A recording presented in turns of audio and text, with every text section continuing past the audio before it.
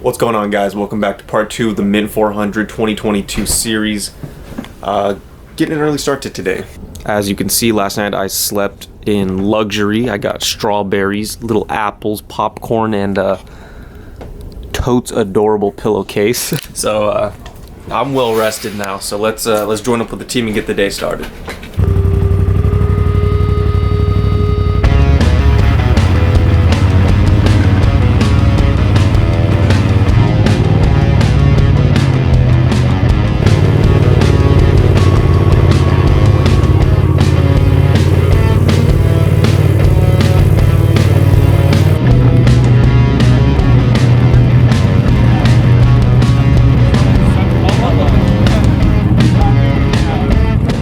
Down to Fremont Street right now. All the race vehicles lined up and the police escorted them down this road right here, and this is the entrance. Our vehicle is right there, and we're just gonna start our day doing the fair, having all fun with all these booths, vendors, festivities, and everything. So I'm excited. This is the best part of the trip.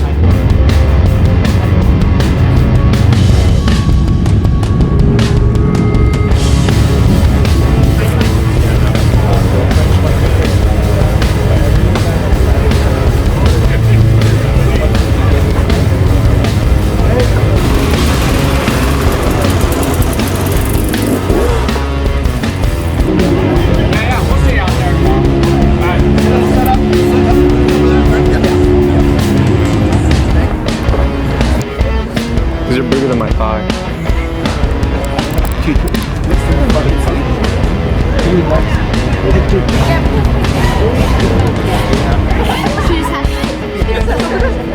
Watch out.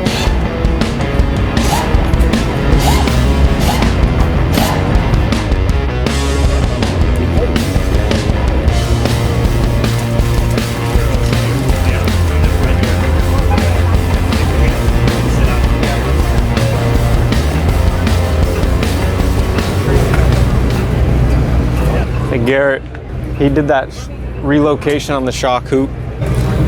Jesus Christ. See, I'm telling you, I could fit so much more in there. Oh, SOS, locate DJL. That's what he says? Damn it.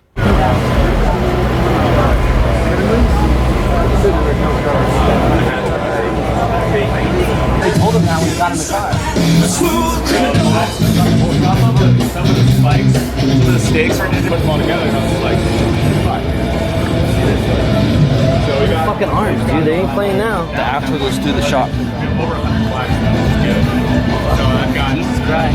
60 that are on the box experience, and then I was like, thankfully I have that trailer. Interior shits on Can-Am quite a bit. Interior shits on Can-Am, I'll be honest. Yeah, I kind of like the gray and black. Is that all black? I'd like to see the new Can-Am though. When I changed it. I only have one other. Did Tyler come along? Like this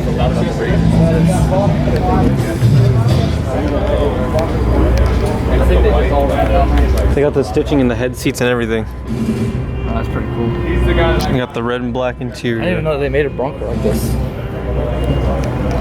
I don't think they do. They had to modify that. Yeah. Unless they cut it off the back. Probably just cut it.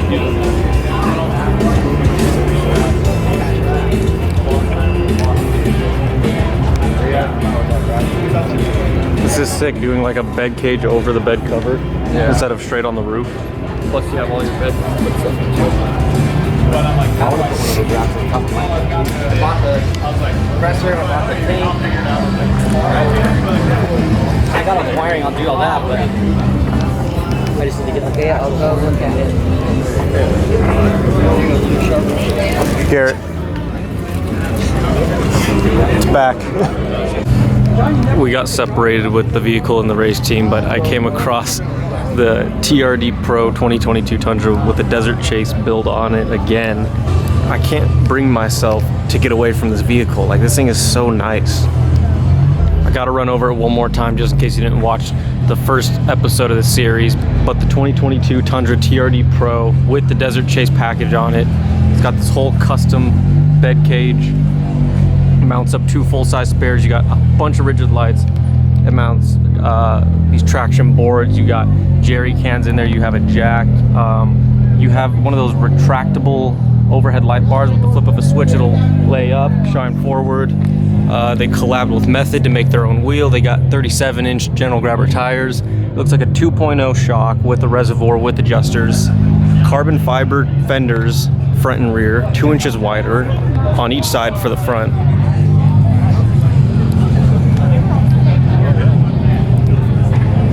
Custom front bumpers, and TRD Pro is making their own.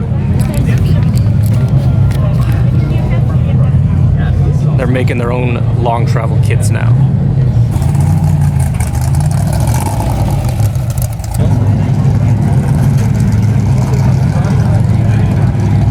We got a car with no racers in it. Where'd they go?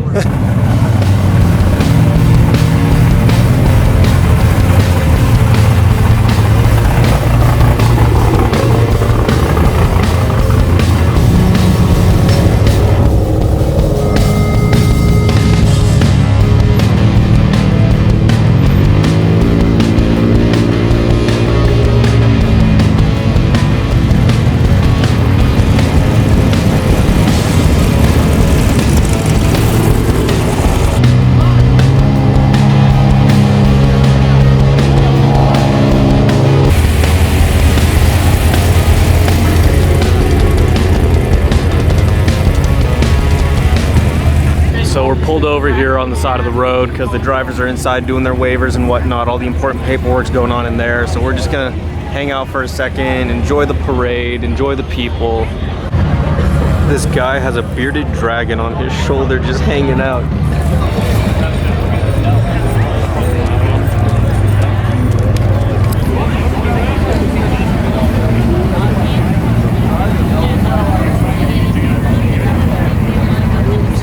Was the suspension stock on it?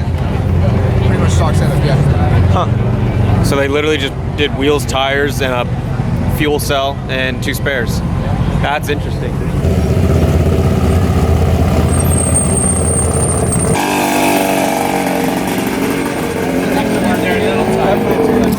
Because I'm barely fitting into XLs. Yeah, They're yeah. running small too, so. Well, I had a 3X, and, Just you rip the know. tag off, makes it feel better. Yeah, just rip the, Huh? So we just came from PCI where they programmed the map into our GPS. I don't think they did anything with the radio. I think our radio is still set up pretty fine. The GPS cleared out all the old ones, put the new map in, and now we're here at Trinity, just chatting it up with them. You know, good friends of ours, good sponsor, and seeing if they can help us with one missing bolt. Are they looking for a missing bolt? Yeah, but we're gonna run without it. As long as it could be done, that's all that matters. Yeah, they said it'll run fine the way it is. Let's go, Garrett. Give us a full walk around on this totally mint car. Well, it's got JB Weld sponsors, and it's all JB Weld and on. Dude, this wing right here, this wing alone, 500 horsepower, $80,000. It's bed liner, but Oh wait, is this all JB Weld right here? that's JB Weld, yeah. And then pipe straps.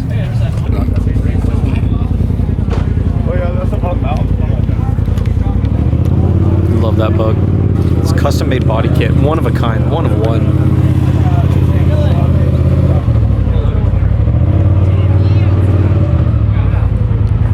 This is our guy.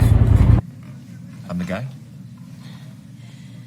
I'm the guy. This is the guy. This is the guy. I'm the guy. I'm the guy. You are a guy. I'm the guy. I'm a guy. He's the guy. Did you even notice the Shelby Raptor? I did. Did you? The live belt, man. Oh, there's someone in it. There's 2 people sitting in it. Oh, that's, I mean, they can sit in all they want. Have them wave. Tell them say hello. So that video of RJ Anderson running the new Razor and that Hoonigan video, they got it here. The races are loving it. Look at them, sparking all kinds of ideas, thinking about getting one, depending on the price, I suppose, because these are supposed to be very pricey when they come out. And my favorite part, the little hoon handle.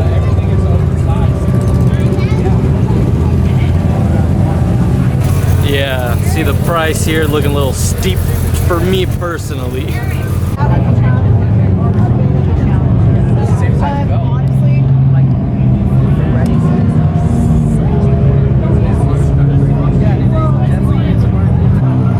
Found my favorite vehicle of the entire weekend. It's that ice cream razor. Yeah. It's got the little radio system and everything. Nice, dude. Dude, this thing's sick.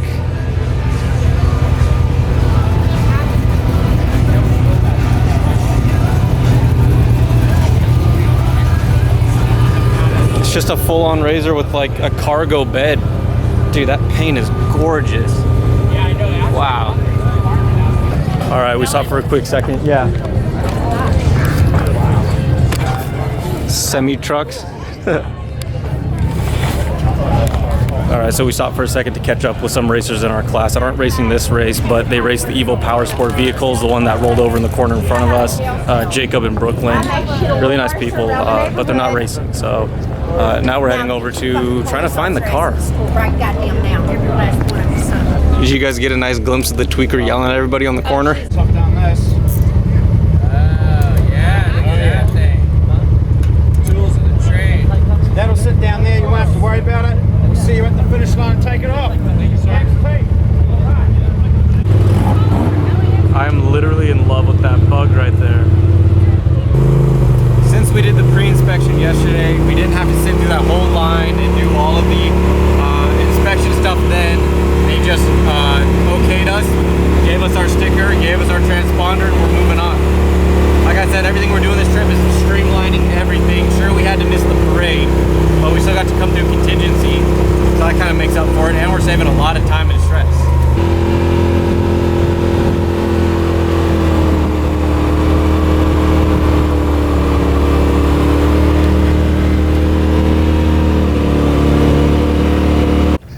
Since we've been back, we've just been prepping the vehicle.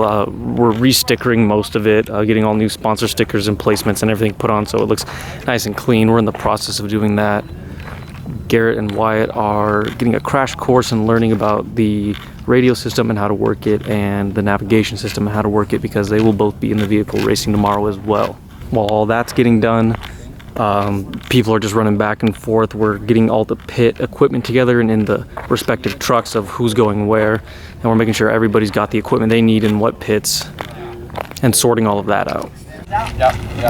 All right, I finally got all the old stickers off and put all the new stickers on. I think it looks pretty good, but I think what they want to do is next time they do a wrap for the vehicle, they want to integrate, you know, the logos into the wrap, so it's not like stickers on a wrap. It's just all one, you know, thing. It's all a little more uniform, looks a little more clean, but we got the stickers on for now.